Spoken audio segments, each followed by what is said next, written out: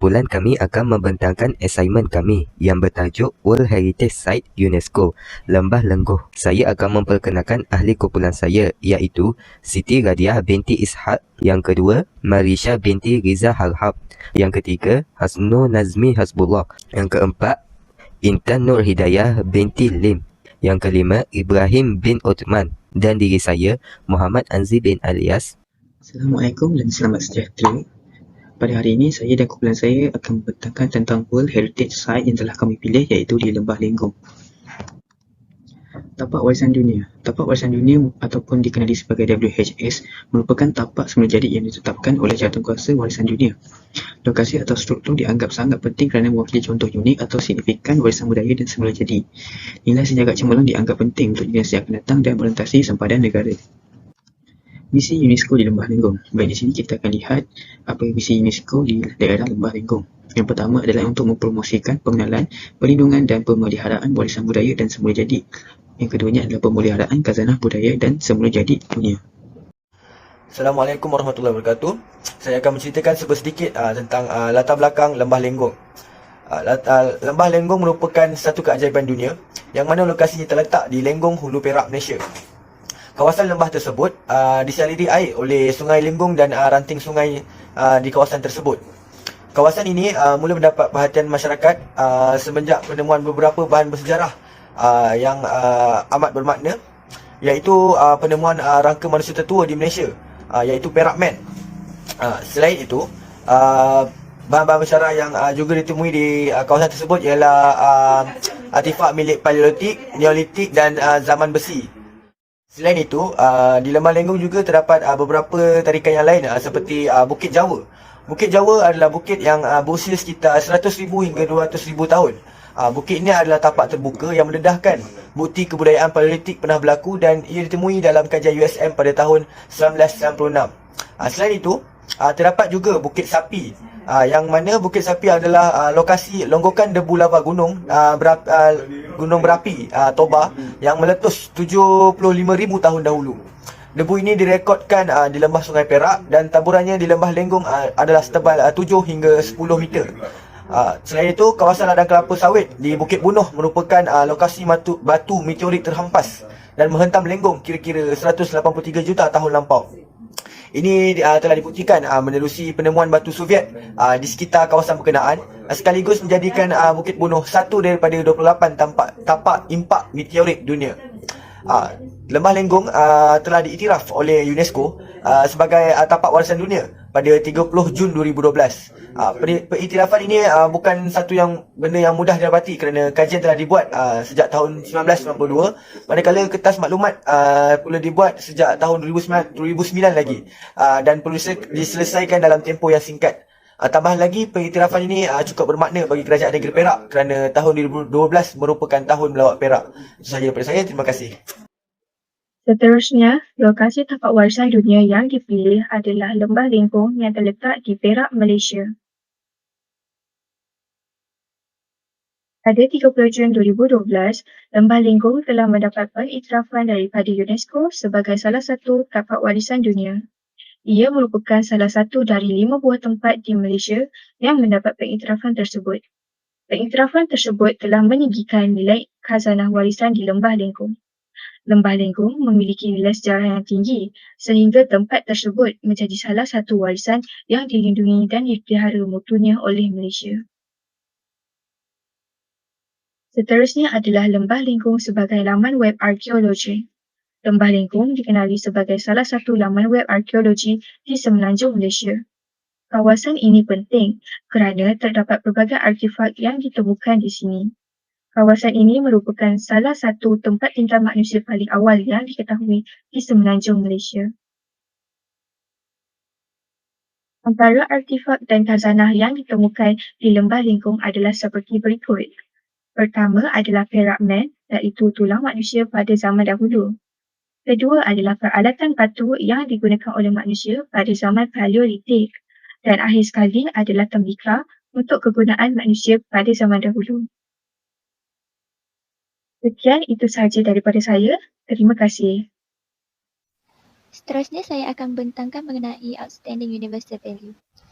Outstanding Universal Value (OUV) menurut UNESCO bermaksud kepentingan budaya dan atau semula jadi yang sangat luar biasa sehingga merentasi sempadan negara dan menjadi kepentingan bersama untuk generasi masa kini dan akan datang bagi semua manusia.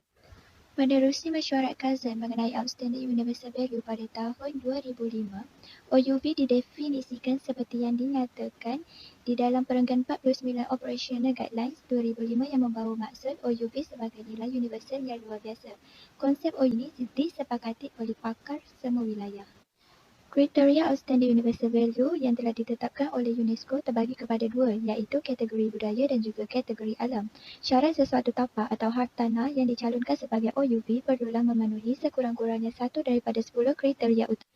Kategori budaya yang pertama iaitu melambangkan mahakarya yang mencerminkan daya kreatif dan kecergasan manusia serta nilai yang berpengaruh secara signifikan terhadap budaya.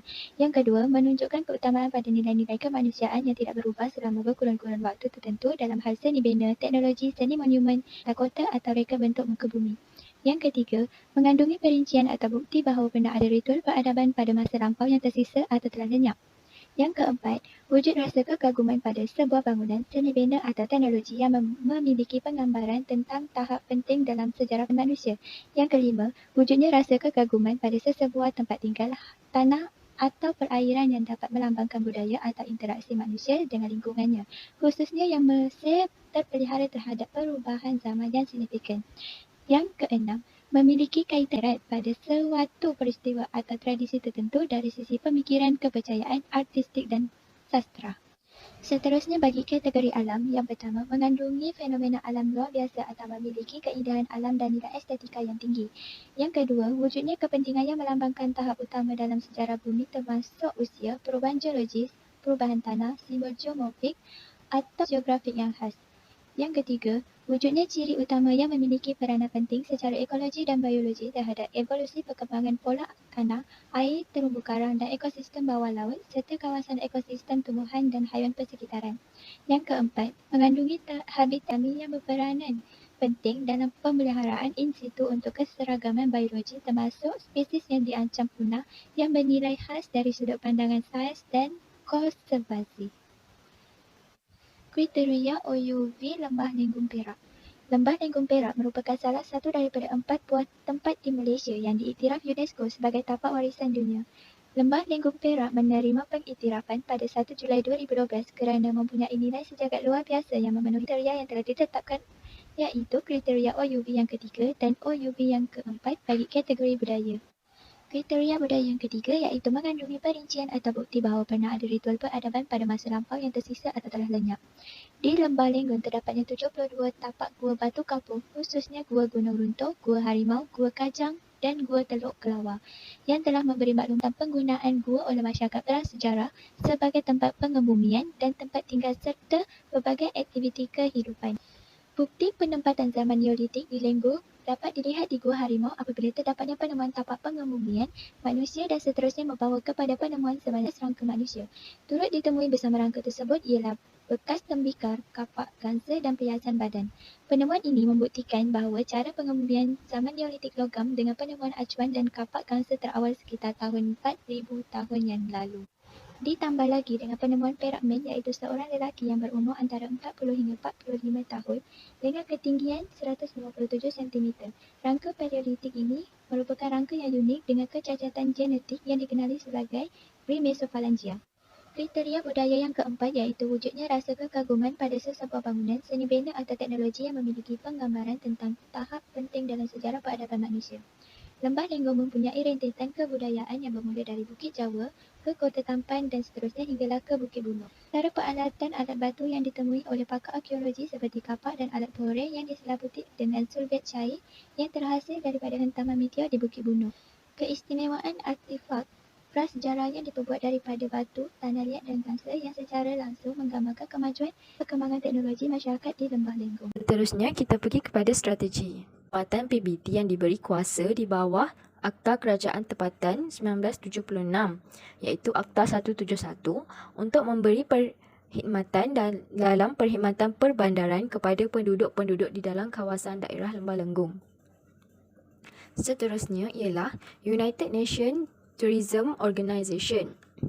Berdasarkan United Nation Tourism Organisation, pelancong bermaksud activities of person travelling to and staying in place outside their usual environment for not more than one consecutive year for leisure, business and other purpose. Tarikan semula jadi di Lembah Lenggong yang merangkumi faktor iklim yang nyaman dan segar, flora dan fauna serta keadaan muka bumi yang cantik dan menarik untuk kegiatan pelancongan. Malah keunikan tarikan budaya yang melibatkan aspek arkeologi, tempat bersejarah budaya dan seni kraft tangan akan meningkatkan lagi prospek Lembah Lenggong sebagai tumpuan pelancongan. Sumber khazanah warisan yang tidak ternilai ini wajar dipelihara dan diurus secara efisien agar tidak terancam dan pupus dalam jangka waktu terdekat. Seterusnya ialah Jabatan Warisan Negara. Jabatan Warisan Negara Zon Tengah terletak di Galeri Arkeologi Lembah Lenggong. Antara usaha yang telah dilakukan oleh Jabatan Warisan Negara adalah membuat Karnival Lenggong pada setiap tahun yang padat dengan aktiviti kesenian dan kebudayaan yang membabitkan masyarakat setempat.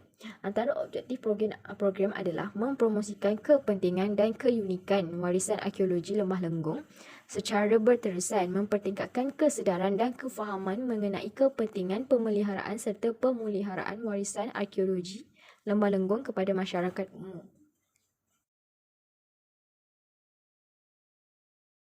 Seterusnya ialah rancangan membangunkan Lembah Lenggong sebagai geopark kebangsaan. Pada 7 September 2020, Universiti Sains Malaysia diberi kepercayaan bagi membangunkan sosioekonomi dan nilai warisan negara apabila menjadi pilihan Jabatan Mineral dan Geosains Malaysia.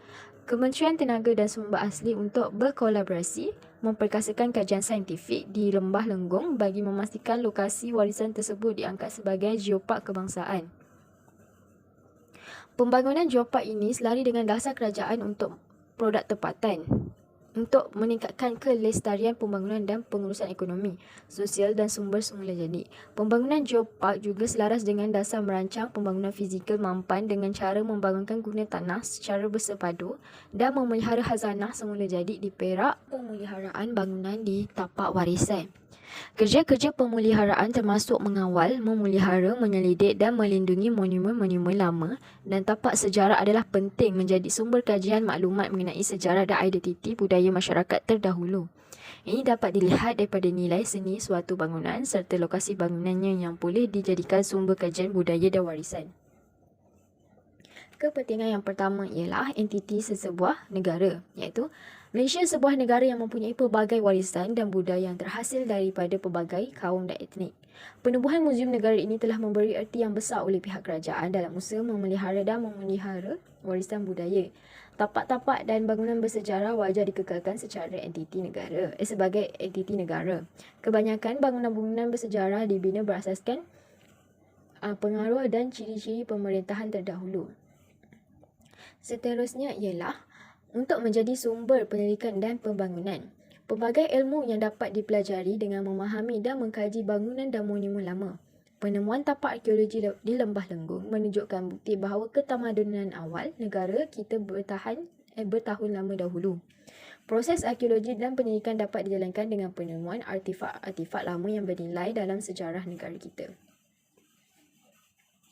Seterusnya ialah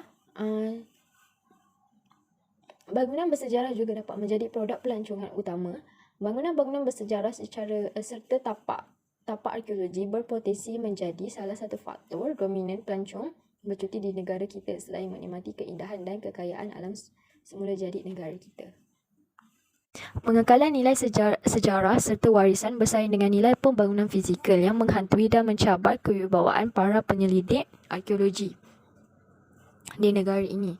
Terdapat beberapa hasil penyelidikan arkeologi yang besar, menarik, diabaikan begitu saja. Seterusnya ialah implikasi kewangan. Cabaran ini sering dihadapi oleh penyelidik arkeologi dan pihak berwajib dalam melaksanakan penyelidikan arkeologi konversi yang memerlukan kos yang tinggi. Kos itu bukan sahaja kerana upah jurunding tetapi juga kos peralatan dan tenaga pembantu yang diperlukan konservator dan arkeologis di pelbagai peringkat. Seterusnya adalah pengiktirafan penyelidikan arkeologi konversi. Penyelidikan arkeologi dalam konversi juga perlu mendapat pengiktirafan Soalannya, badan manakah yang layak memberinya? Antara badan itu adalah Jabatan Muzium Malaysia, Jabatan Warisan Negara, IPTA, NGO dan UNESCO. Pengiktirafan itu perlu berasaskan pengalaman pengkhususan kelulusan rekod, laporan penyelidikan selain cadangan dan penilaian diberikan pakar runding. Akhir sekali ialah kekurangan pakar dan pekerja mahir. Penyelidikan arkeologi dan penggaliannya memerlukan pakar, pekerja mahir dan juga buruh kasar. Disebabkan pakar amat kurang di Malaysia, maka kita memerlukan pekerja mahir untuk merealisasikan pendidikan arkeologi konversi. Baik, saya akan tutup pembentangan kumpulan saya dengan kesimpulan. Kesimpulan yang kita dapat daripada slide ini, Lembah Lenggong merupakan sebuah lembah yang telah dipilih oleh UNESCO sebagai tapak warisan bersejarah pada 30 Jun 2012 kerana pengaman artifak-artifak yang berharga dan juga langka manusia. Pengiktirafan itu memungkinkan nama Malaysia dalam peta arkeologi dan pelancongan dunia. Malah penyertaan itu juga menjadikan kawasan berkenaan sebagai tapak warisan dunia ke-993 dan tapak warisan dunia keempat di negara ini. Sekian, terima kasih pembentangan daripada kumpulan saya.